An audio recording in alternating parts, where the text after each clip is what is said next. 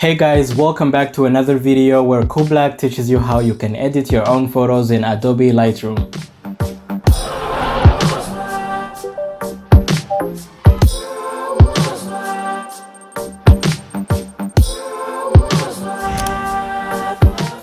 Alright, so guys, last time we have seen how you can do your correction on your own photos in Adobe Lightroom, and this video will be talking about the second step, which is color grading. Now, if you're watching this video as the first one, if this is the first video you just saw of how you can edit your own photos in Adobe Lightroom, don't watch it. Just first go and watch the first video, which I will put the link somewhere right here. Go watch that first and then come back and watch this, which is the second lesson, and we'll be talking about color grading. Now, for those of y'all who have already watched the first video, let's jump into Adobe Lightroom and continue with the second step.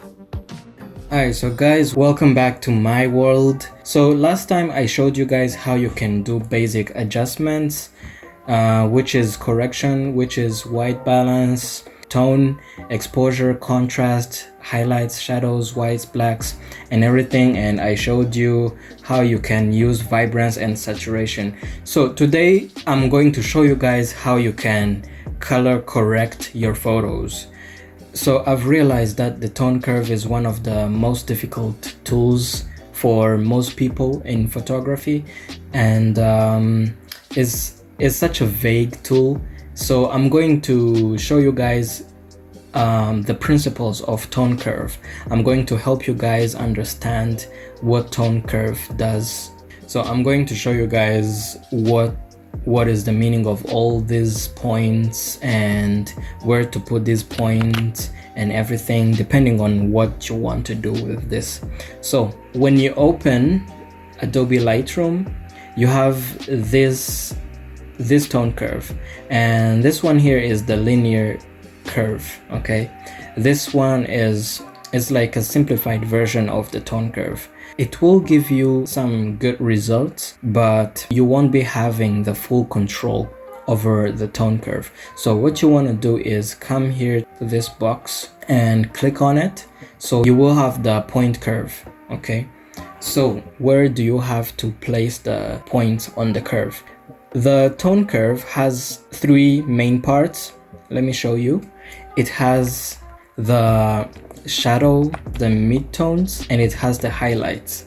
It means that this lower section is the shadows, this middle section is the midtones, and this upper section is the highlights section.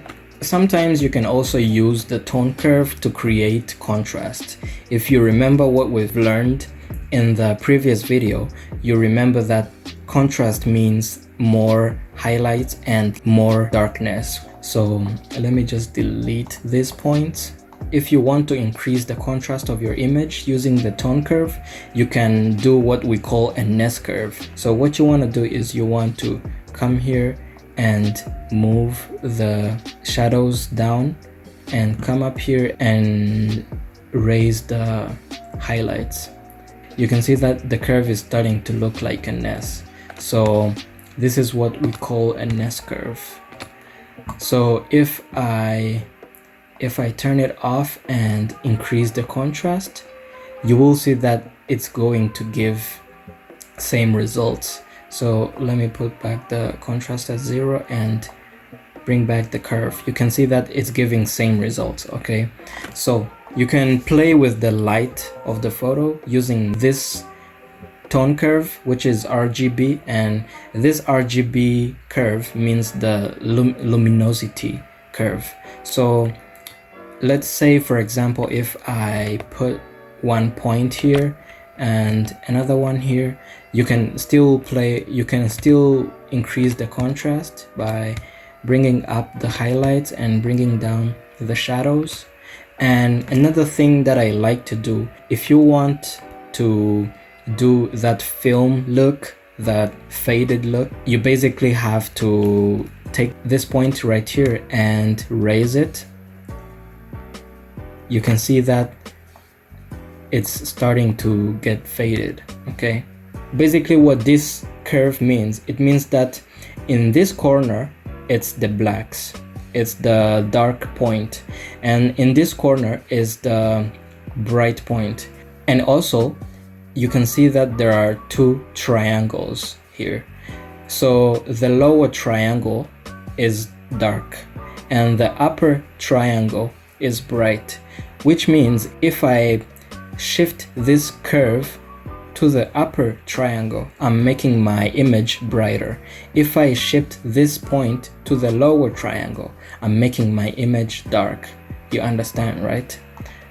So this is basically what tone curve is. So there is not only this about tone curve, there is also other curves. There's RGB, which is luminosity, there's red, there's green, and there's blue. Now this is where people get confused. RGB is luminosity. It goes with light, okay? So moving to red, on this red, green, and blue curve, the concept kind of shifts a bit. It means on the upper triangle, there is red, there's this color, and on the lower part of the of this box, there is the opposite of red, which is cyan. So it means that if you shift this point to the upper part, you're making the image red, and if you shift it downwards, you're making the image more cyan, okay? And it goes same with green and blue. If you shift the point on the upside, you're making the image green, and if you shift it on the opposite side, it means you're making the image the opposite of green, which is magenta. And also on the blue, if you shift it upwards, you're making the image more blue, and if you shift it downwards, you're making the image yellow. So I will put a small table somewhere showing you guys these differences. The difference of red is cyan, and the difference of green is magenta. The difference of blue is yellow. You can also do your color grade only using tones. This is why I say that tone curve is the most powerful tool in all of Lightroom. So a basic color correction is doing an S-curve on all of these curves. So on the red, let me do a slight S-curve and another S-curve on the greens. And if you take a closer look at the image, before I do the S-curve on the other S-curve on the greens, when I did the S-curve on the red, the image turned to be somehow green, okay? So coming to green, I did my S-curve, and you can see that now the image has blue and yellow in it, okay? So let's come to blue and do another similar S-curve. Increase in the highlights, decrease in the shadows, okay? Now you can see that our image has balanced colors. And if you look at the before and after, which you do by clicking on these two Y's here, this icon that you see right here, you can see your before and after.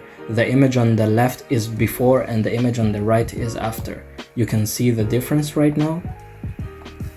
And you can also do a lot of stuff with these curves. You can maybe increase the blues in the shadows. You can also do a fade look with the blue, which means your photo will be faded but with a blue tone in it. You can see how it works, okay? You can see how my image looks, okay? So this is basically what tone curve does. And like I said, it's a vague tool. You have to explore it. You have to do different kind of stuffs with it to understand it and discover some stuffs and come to know what you like about it. So that's about the tone curve. Moving on to the HSL/color tab. This one does three things.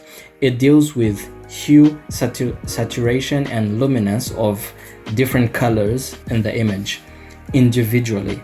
So meaning that on the hue section, you can adjust the hue of only the red color, only the orange color, yellow, green, aqua, and all those other colors. You can adjust the saturation of the red color, only orange, yellow, and all those other colors. Same as luminance. And another thing you can also do with this, if you don't like this workflow, you can change it to color by clicking on this color. It was on HSL, and you may click on color and it will select only one color, which means if you are dealing with red, you start by the red only.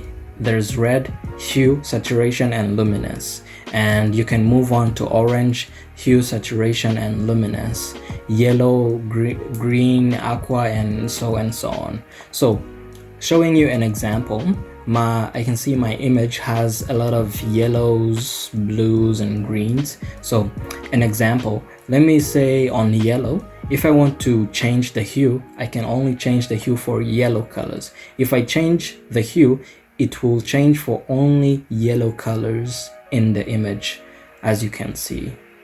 And same as saturation, I can remove the saturation and I can decrease the luminance or increase it, whatever I want to do. Moving on to the next tab, which is split toning. It helps you put a certain color on highlights and another color on in shadows. Okay, so what it means is you can see that, like right here in the shadows, it is neutral, okay, and the highlights. So if I was to put like yellow in the highlights and increase the saturation, you can see that all of the highlights have yellow tint to it, okay. And same as shadows, if I put maybe blue 220 like that and increase the saturation, you can see that the shadows are now having a blue tint to it. Okay, so this looks crap, I know. So what I do when I'm using split toning, I use the balance slider, which means if I shift the balance leftwards, I am putting the shadows color in the highlights color. It means the color that I've put in the shadows will start to move to highlights also.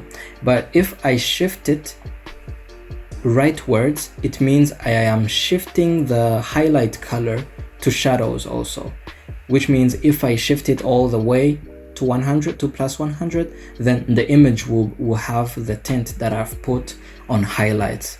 And if I shift it on the other side, the image will have only the tint that I've put in shadows. Okay, so another trick that I'm going to show you guys right here is a trick to help you see what you are actually doing. It's a trick that works for most tools in Lightroom. Okay, so what the trick is, whenever you want to move a slider, you can hold the Alt key on your keyboard, and when you click it, it will show you the color that you're going to apply. So this is how I see what color I'm going to apply to highlights. Let me say the yellow that I wanted, this one, I'm satisfied with it, and I release the Alt key.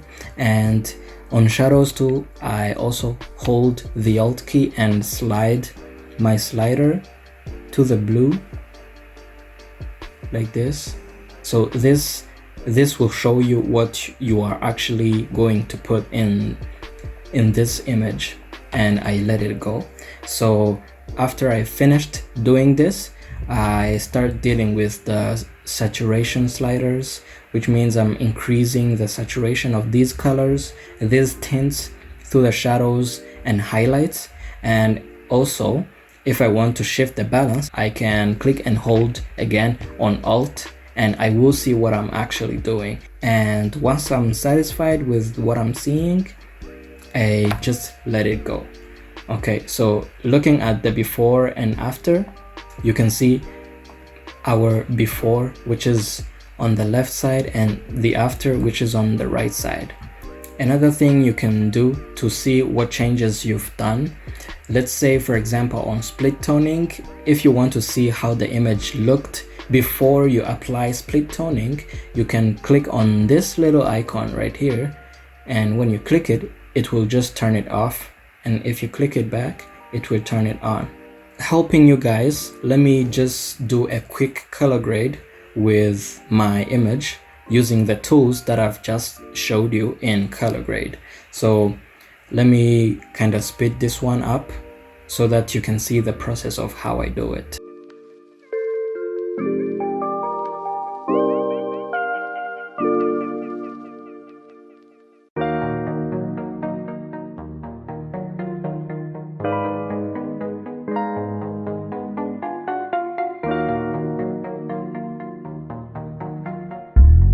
Okay, so guys, let me explain to you what I just did right here.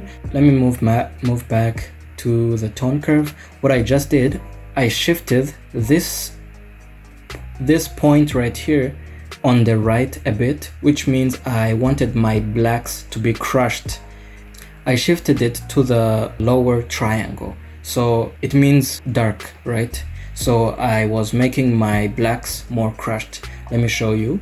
It was right here before, and if I shift it this way, you can see that the blacks are starting to be more crushed. Okay, so after I shifted it on the right side, I didn't want the blacks to be dark, and I moved it upwards by pressing and holding the shift key, because I wanted it to move linearly, vertically, not horizontally, vertically.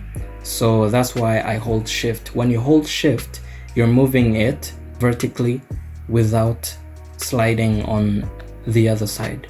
So I made my image faded like this, and I also raised the shadows a bit with this point right here like this, and I put this one right here because I didn't want my highlights to be affected. So I also did the slight, really slight S-curves with the red, green and blue, and I also shifted my blue upwards a bit in the darks because I wanted my fade look to be bluish, as you can see. And I moved on to the HSL panel, and I shifted the yellow hue to orange, as you can see, and I also shifted the green to yellow because I wanted it to be complementary with the hue that I had given the yellow. As you can see, if I move it back, then there's gonna be some blue and green parts in the image. So I wanted the image to be completely orangey, and I desaturated the greens because there are not many, and I decreased the luminance. And I also made the sky more aqua, so I did it like that. I increased its saturation and luminance, and split toning I left it like that, how we just saw before I started doing this edit. So this is the color grade that I have with all these tabs. So thank you guys for following this section, and if you don't understand, just let me know in the comments. Thank you.